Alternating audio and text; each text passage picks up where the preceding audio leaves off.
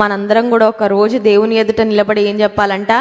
లెక్క అప్పచెప్పేయాలంట. లెక్క అప్పచెప్పేయాలి. యజమానునికి పనివాడు ఎలా లెక్క అప్పచెప్తాడు, మన పరలోకపు యజమానునికి ఒక రోజు మనం నిలబడి ఏం అప్పచెప్పాలి? లెక్క అప్పచెప్పాలి. దేనికి లెక్క అప్పచెప్పాలంటే అన్నిటికీ లెక్క అప్పచెప్పాలి. ఆఫీస్లో బాస్కి ఒకవేళ నువ్వు పనిచేసే 8 గంటల కోసమే లెక్క అప్పచెప్తావేమో.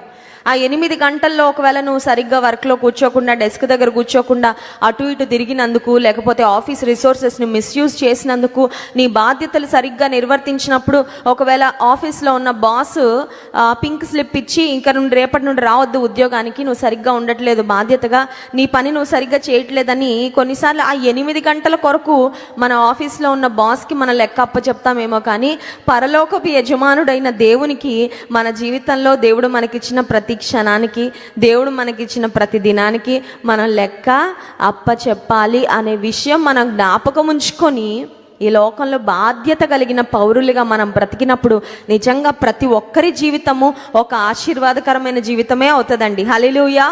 మనలో ఏ ఒక్కరం కూడా నిజంగా ఈ ఆలోచనతో, ఈ స్పృహతో మనం బ్రతికినప్పుడు, ఈ కాన్షియస్తో మనం బ్రతికినప్పుడు ఎవరి జీవితాలు కూడా వ్యర్థమైన జీవితాలు అవ్వవు. ప్రతి ఒక్కరి జీవితం కూడా ఒక బ్లెస్సెడ్ లైఫ్గానే ఖచ్చితంగా తయారవుతుందండి.